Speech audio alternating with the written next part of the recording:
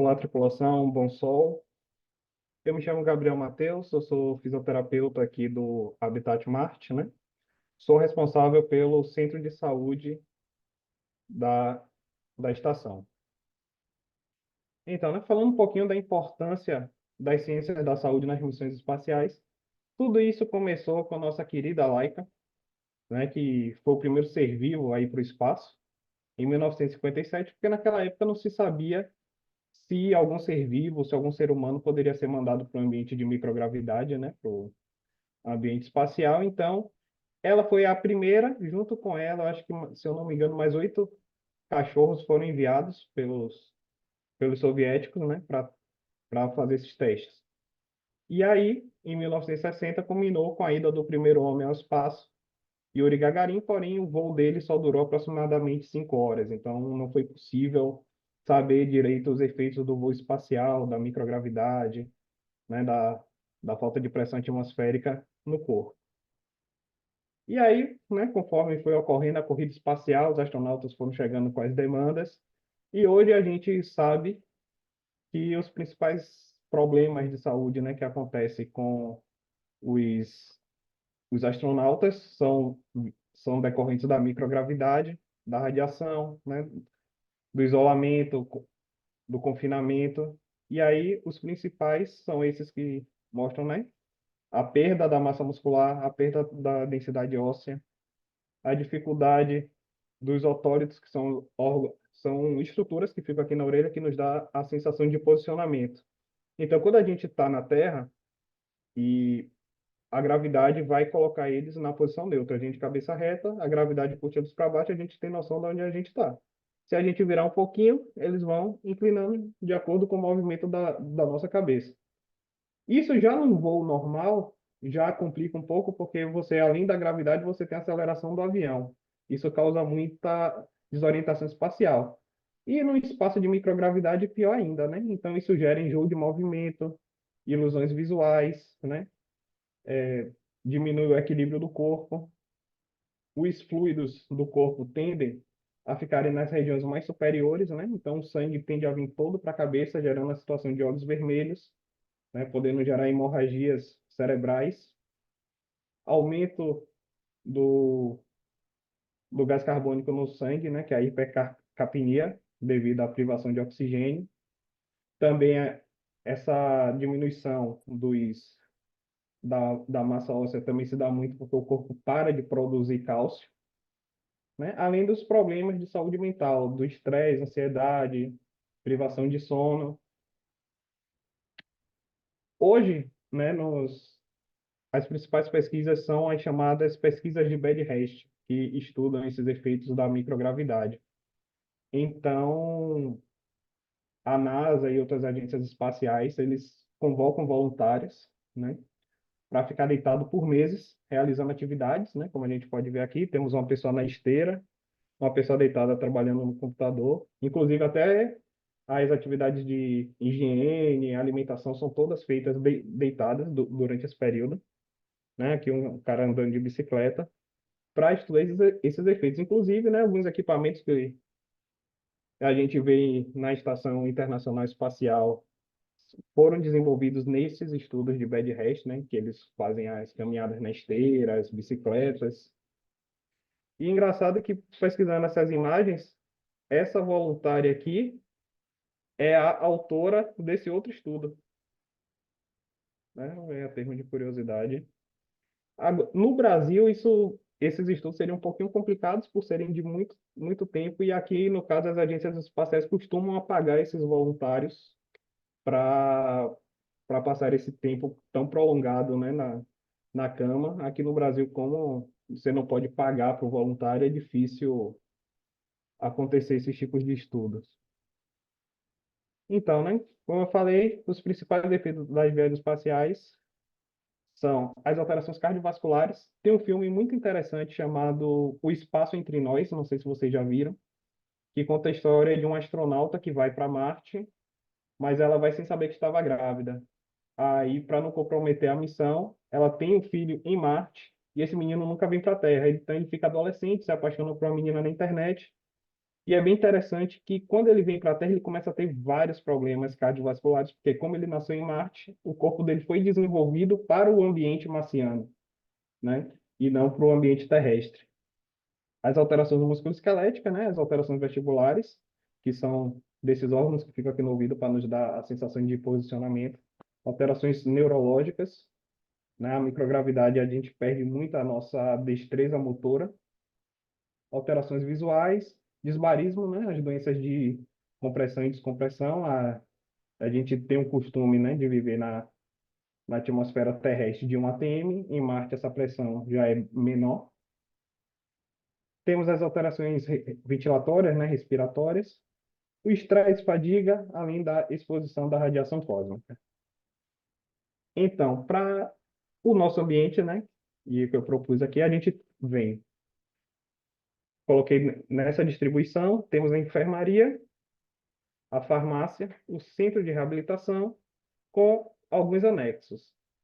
Essa câmara hiperbárica, justamente para proteger não, recuperar um astronauta que venha a sofrer uma descompressão, uma doença de descompressão, caso esteja fazendo uma atividade extraveicular e tenha um acidente com o traje, ele vai sofrer uma descompressão muito rápida, né? Então vai precisar ficar nessa câmara hiperbárica. A enfermaria, a farmácia, né? Elevadores para distribuição para elas subirem pelos 3 pavimentos da unidade, além da saída do lixo, né? Bom, então aqui eu fiz uma proposta de alterar o posicionamento do projeto inicial do habitat e colocar o centro de saúde um pouco mais para cima. Ele teria mais comunicação com a estação principal, com a estufa, que vai precisar se comunicar ali com a farmácia, e também para o centro de saneamento. Então, o centro de saúde, né, conta com 3 unidades divididas em 3 pavimentos e anexos, que são a câmara hiperbárica e elevadores de pessoas e materiais sujos, além de instalações sanitárias. Essas unidades são a enfermaria e suporte de vida, a farmácia e o centro de reabilitação. A ventilação desse ambiente ela é refrigerada entre 18 e 22 graus, com filtros de AEPA e circulação vertical. Essa temperatura, além de trazer um conforto térmico para os astronautas, né, não ser nem frio demais nem calor demais, a temperatura mais amena, a densidade do ar é menor, então ela tende a ficar mais baixa. Então, se tiver algum agente patogênico flutuando no ar, com essa temperatura, ela diminui, não fica tanto na altura, né, das vias aéreas para poder gerar uma contaminação. Os filtros de AEPA, porque elas filtram mais de 95%, né, de fatores patogênicos, e a circulação vertical justamente para ele vir, o vento sair em 90 graus, né, e ser recondicionado já no chão, para não ter tanta circulação de ar pelo ambiente sujo. Então, a enfermaria, os 3 pavimentos da enfermaria são enfermaria e suporte de vida, o centro de diagnóstico por imagem e o centro cirúrgico. Aqui eu peguei um exemplo de um jogo chamado Mass Effect, né, que eu tenho jogado ele por algum tempo nas minhas horas livres, e ele propõe, né, essa enfermaria aqui numa nave espacial. Então, na enfermaria haverá no mínimo 3 camas hospitalares, carrinho de parada, né, como a gente chama, que é o carrinho que dá ali os acessórios em caso de uma parada cardíaca. Nós temos o desfibrilador, ventiladores mecânicos, estrutura para preparo de medicamentos e curativo. Nesse caso, não é a fabricação de medicamento, é caso precisar de fazer uma diluição, né? Algo do tipo. Monitores de sinais vitais, armário e local adequado para armazenamento de material limpo e sujo. Temos um monitor de telemetria também para monitorar a saúde dos astronautas que estiverem em atividade extraveicular. No centro de diagnóstico por imagem, né, nós temos o aparelho de tomografia, o aparelho de ultrassonografia e o aparelho de radiografia portátil. São aparelhos compactos, né, que dá para colocar, não precisa ficar isolados.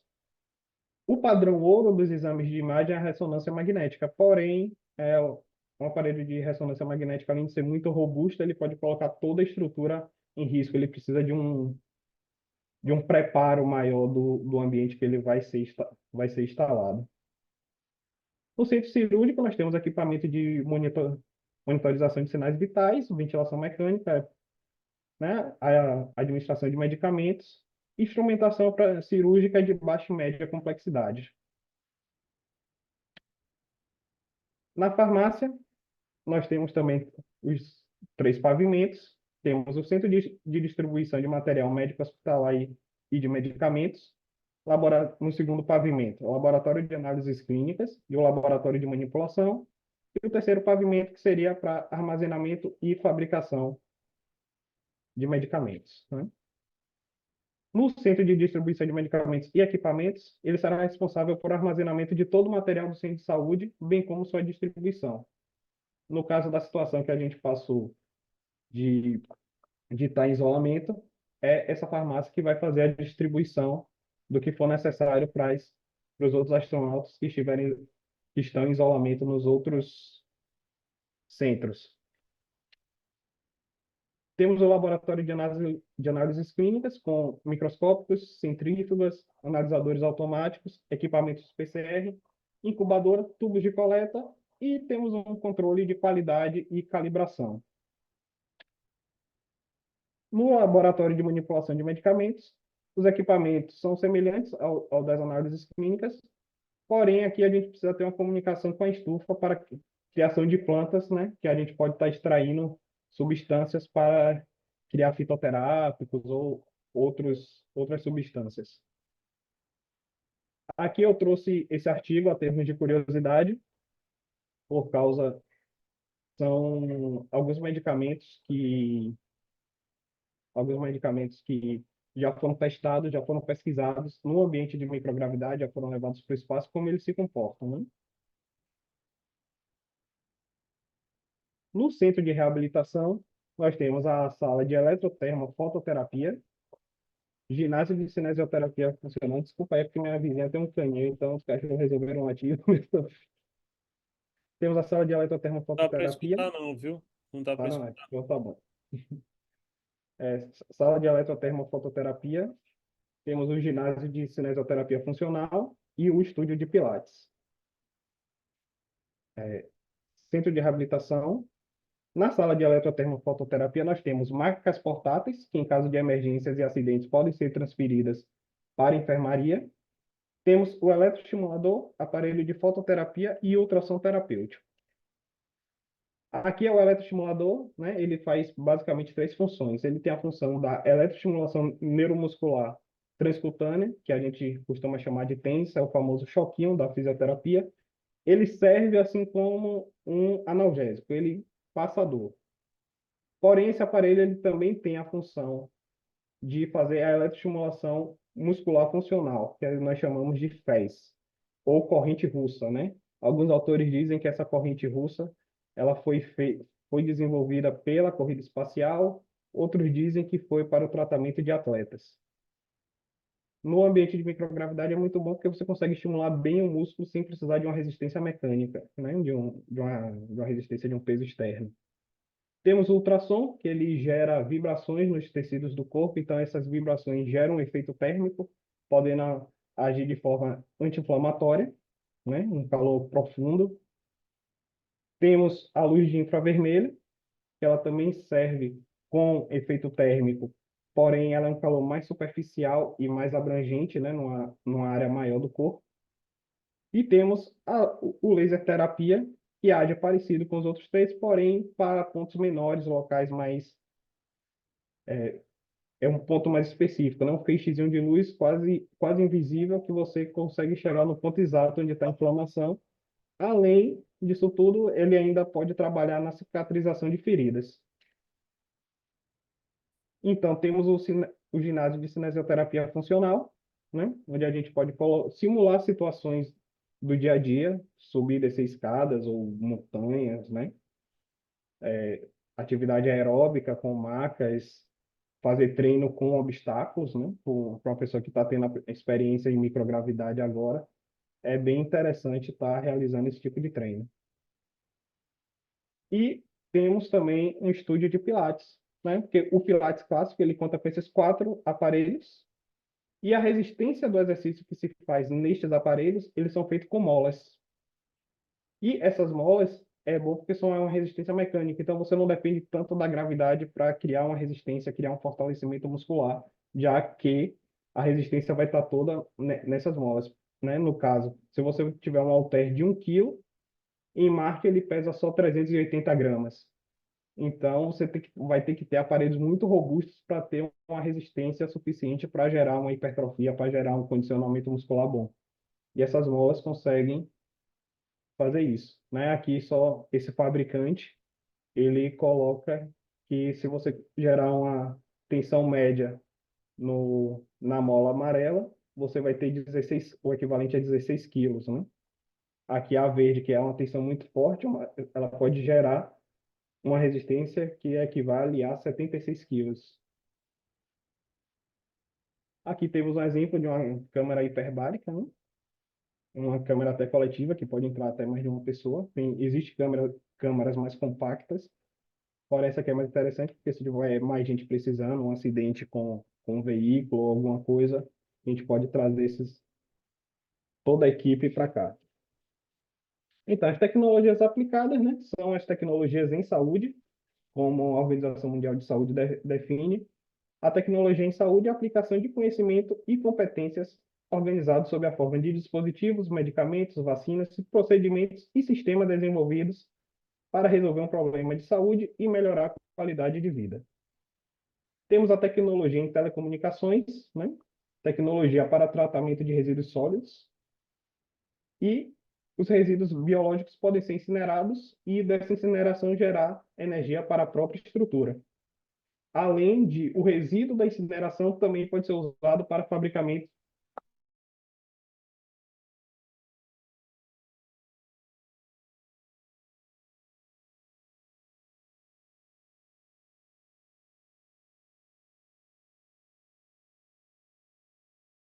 equipamentos, móveis, maquinários e produtos de consumo iniciais, luva, máscara. Os fabricados em Marte, podemos já fabricar depois com os insumos medicamentos, órteses e próteses, aditamentos, bem de consumos, recicláveis e material de curativo, né? Só para explicar aqui quem não é muito da área, órtese é tudo aquilo que a gente quer consertar, podemos dizer assim. Por exemplo, uma pessoa está com dificuldade de mexer a mão. Você faz um dispositivo mecânico para ajudar ele a mexer a mão. Isso é uma órtese. A prótese é quando você substitui algo do corpo. Se a pessoa tiver a mão amputada, você coloca uma mão mecânica no lugar daquela mão que ele perdeu, é uma prótese. E o aditamento são os dispositivos de auxílio, cadeira de rodas, muletas. Então, a estrutura organizacional, nós temos o chefe de saúde, o oficial médico, o oficial enfermeiro, o oficial fisioterapeuta e o oficial farmacêutico. Porém, esse chefe pode ser qualquer um dos outros profissionais. Então, o cargo, né, e a responsabilidade do chefe de saúde é um profissional de saúde com experiência assistencial, de gestão e conhecimento de saúde aeroespacial. O chefe pode acumular a função das demais áreas, como eu falei, tipo, não precisa ter um chefe e os outros profissionais. O chefe pode ser o médico, pode ser o fisioterapeuta, pode ser o farmacêutico, pode ser um enfermeiro. A responsabilidade do chefe da estrutura é gerir recursos, logística, distribuição das atividades, coordenar a comunicação, atividades e recursos entre os membros da equipe de saúde, e este profissional tem que estar obrigatoriamente in situ. O médico. O médico tem que ser alguém com experiência em emergência, cirurgia, conhecimento de fisiologia aeroespacial, ter conhecimento de medicina intensiva e resgate. A responsabilidade do cargo é diagnosticar, tratar e prescrever exames e tratamento médico aos membros da estação, e esse profissional tem que estar obrigatoriamente na unidade. O enfermeiro também, com as formações e experiências parecidas, né, com o do médico, conhecimento de emergência, centro cirúrgico, fisiologia aeroespacial, tem conhecimento de medicina intensiva e resgate. A responsabilidade do cargo é prescrever e monitorar cuidados de enfermagem com o tripulante, gerir material para uso de descarte na enfermaria, e esse profissional também ele tem que estar obrigatoriamente em sítio. O farmacêutico, ele precisa ter conhecimento em astrofarmácia, experiência em análises clínicas e experiência na manipulação de medicamentos, né? Ele terá a responsabilidade de gerir todo o material hospitalar, bem como as medicações para todo habitat. Realizar as análises clínicas, né, dos exames que, porventura, venham a ser realizados. Esse profissional pode estar in situ ou remoto, de acordo com o desenvolvimento de dispositivos robóticos automatizados ou de comunicação que possam ser controlados à distância. O fisioterapeuta também ele tem que ter conhecimento em fisiologia e biomecânica aeroespacial, experiência com a reabilitação funcional. Quando a gente fala em reabilitação funcional, a gente fala no sentido de você dar função para aquilo.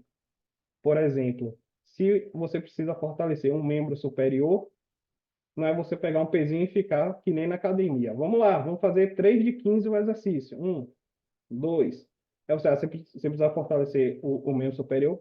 Vamos pegar aquele objeto que está em cima daquela prateleira, trazer para a mesa, né? Então, tem toda uma tarefa, né? Alguns autores chamam de cinesioterapia orientada para a tarefa, né? Cinesioterapia é o tratamento através do movimento. Então, você colocar numa tarefa, né? Para um tratamento do, astron, do astronauta é muito bom, porque você vai estar sempre colocando ele na atividade, que ele pode treinar e fazer a reabilitação ao mesmo tempo.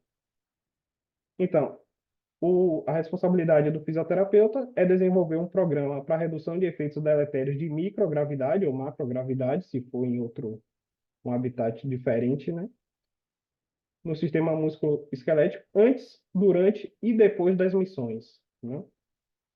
Apoiar, caso sejam necessárias, intervenções com ventilador mecânico na enfermaria, manutenção, recuperação e monitoração da saúde dos astronautas, a confecção das possíveis órteses e próteses que sejam necessárias, e o profissional poderá estar in situ ou remotamente na mesma situação ali do farmacêutico. Então, o programa de treinamento dos astronautas que serve no centro de saúde, eles passam pelo treinamento de preparo físico para o ambiente extremo, né? Eles passam pelo Crew Resource Management para a saúde e operações espaciais, que é um programa de treinamento e comunicação entre a equipe para a solução de problemas, para eles estarem treinados na solução de problemas e estarem sabendo qual é o papel de cada um naquela situação. Realizar treinamento de apoio dos demais profissionais, conforme a legislação, treinamento de biossegurança e treino de pilotagem de drones e rovers.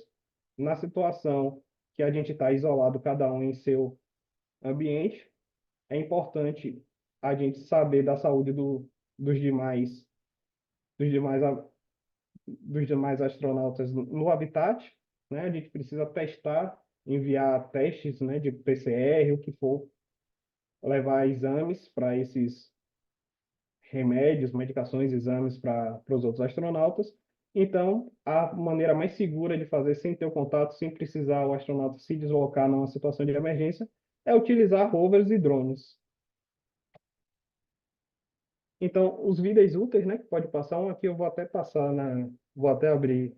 Será que eu consigo abrir aqui, professor? Ou depois, no final, eu passo. Um astronauta que passou 197 dias na Estação Internacional Espacial, né?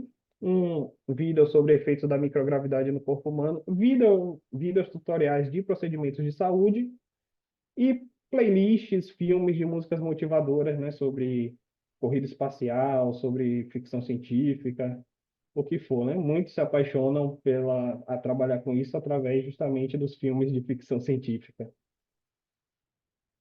Então, os recursos, né, que a gente deve usar nessa situação de emergência. Então, considerando a equipe com 4 astronautas, né, e a recomendação da Organização Mundial de Saúde é de 35 ml por quilo, então, considerando uma média de 80 quilos cada astronauta, nós teremos um consumo de 11,200 litros por dia, totalizando no total de 14 dias, 156,8 litros. Água para higiene e banho de 5 minutos Para higiene, né, nós consideramos um banho de 5 minutos, mais 5 mais outras situações. Um banho de 5 minutos gastaria em média 45 litros de água, mas aí para outras situações como descargas, né, higienização de mãos, a gente considera mais 5 litros para isso. Então seria um total de 250 litros por dia. Em 14 dias usaríamos 2.800 litros. E aí, para ter uma margem de segurança, aproximamos de 3.000 para 3.000. A comida seria uma ração operacional de 12 horas, que a ração hoje que é dada para o Exército Brasileiro consiste em 2.100 calorias. Então, para esse período, precisaríamos de 112 kits. Teste de detecção de PCR seriam 392 para o teste diário de 28 astronautas, além dos rovers e drones para fazer essa coleta. Então, os protocolos que a gente passa para os demais astronautas são o protocolo de autoalongamento, né? Protocolo de exercícios funcionais, como apoio, subir e descer escada, subir e descer degrau, abdominais, fortalecimento de musculatura postural, principalmente as que ficam nas costas, que são os mais importantes para aguentar a microgravidade, né? Protocolo para desinfecção dos materiais recebidos e as orientações de biossegurança. Esses exercícios também podem ser feitos através de realidade virtual, né? Então, os astronautas deverão realizar o exercício no estúdio de Pilates todos os dias para evitar os efeitos deletérios da microgravidade. Aqueles que porventura não estiverem em boas condições de saúde passarão pela enfermaria, onde serão atendidos pelo médico e ficarão sob cuidados da enfermagem. Quando necessário, ocorrerá o encaminhamento para exames de imagem, cirurgia e reabilitação. A farmácia terá o dever de dispensar o medicamento ou o equipamento conforme solicitado. Protocolo de segurança, a entrada restrita de áreas críticas, né, como o centro cirúrgico ou a área de fabricação de medicamentos, apenas com autorização do responsável. Descarte de materiais em locais adequados, visando reciclagem e reuso. Usar incinerador caso não seja possível o reuso. Desinfecção dos equipamentos antes e depois. Utilização obrigatória de EPIs, conforme o risco. Realizar relatório das atividades, né, que porventura estão usando. Nos atendimentos de pacientes, né, que é da área de saúde, nós chamamos de evolução. Né? Nem sempre a evolução é boa, podemos dizer assim, né? A evolução é sempre a mudança. Às vezes um paciente morre e é descrito, o paciente evoluiu para o óbito, né? Muita gente acredita que a evolução tem que ser sempre boa, nem sempre. E verificar o reporte da qualidade da água e do ar a cada 12 horas com a equipe de saneamento. Então, os protocolos ocupacionais de entretenimento no isolamento, a gente pode assistir grandes momentos do esporte, né? Fazer jogos intelectuais, oficinas de dança, arte-terapia, memória, o teatro, oficina de leitura, grupo de oração, se alguém for religioso, podemos pensar nessa situação, e oficina de música. Para impressão 3D, nós podemos estar fabricando instrumentação cirúrgica, né? A prótese, órteses, imobilizadores e aditamentos, como falei, equipamentos para ergonomia e podem ser utilizados através de materiais reciclados. Então, as tecnologias da infraestrutura que poderiam estar em operação na Terra é a telemedicina, né? Cirurgia robótica, conhecimento em reabilitação em distúrbios musculoesqueléticos, maior sustentabilidade para os serviços de saúde, maior longevidade e qualidade de vida da população, maior conhecimento em neurociência, fisiologia, ortopedia e saúde coletiva. Então, o comportamento dos astronautas que traz ensinamentos para quem está na Terra são conhecimento em ambiente crítico e extremo, tomada de decisão em ambiente extremo, otimização de recursos, desenvolvimento científico e sustentável, né? Toda a pesquisa espacial tem uma grande vantagem sobre a pesquisa na Terra, por quê? É utilizado um N menor, porque não tem como mandar mais gente por questão de recursos e logística, né? Os resultados chegam mais rápido, né? Observa-se os resultados mais rápidos. E, segundo a professora Thais Russomano, no livro A Gravidade, o efeito da microgravidade se assemelha às alterações inerentes do envelhecimento. Então, o que a gente conseguir produzir cientificamente, observar nos astronautas em curto prazo, no, seja na viagem espacial, seja no nosso habitat aqui em Marte, a gente consegue pegar esse conhecimento, levar para a população comum na Terra e fazer intervenções na população idosa, principalmente.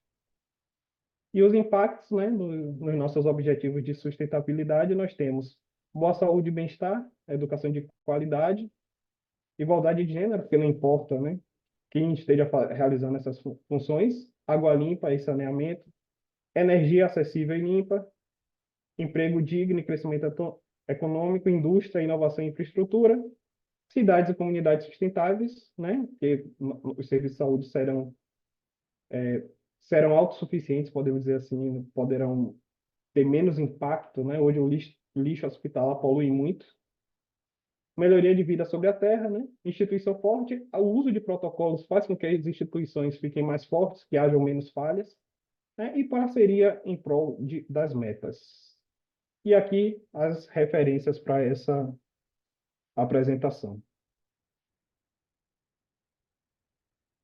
Meus contatos, né? Quem quiser me procurar, tem o meu LinkedIn, Gabriel Mateus, no Instagram, do Dr. Gabriel Mateus. É a clínica que eu trabalho, a Clínica Profise, meu Facebook e meu Twitter. Eu até me justifico que nós aqui estamos no meio acadêmico, que eu uso o doutor mesmo sem ainda ter doutorado, mas é uma questão de legislação do meu conselho, né, do meu conselho profissional, devido ao uso de outros profissionais de saúde utilizarem o doutor sem ter feito o doutorado, ele pede que nós também os utilizamos para que o tratamento do cliente com a gente seja igual. É. Pronto.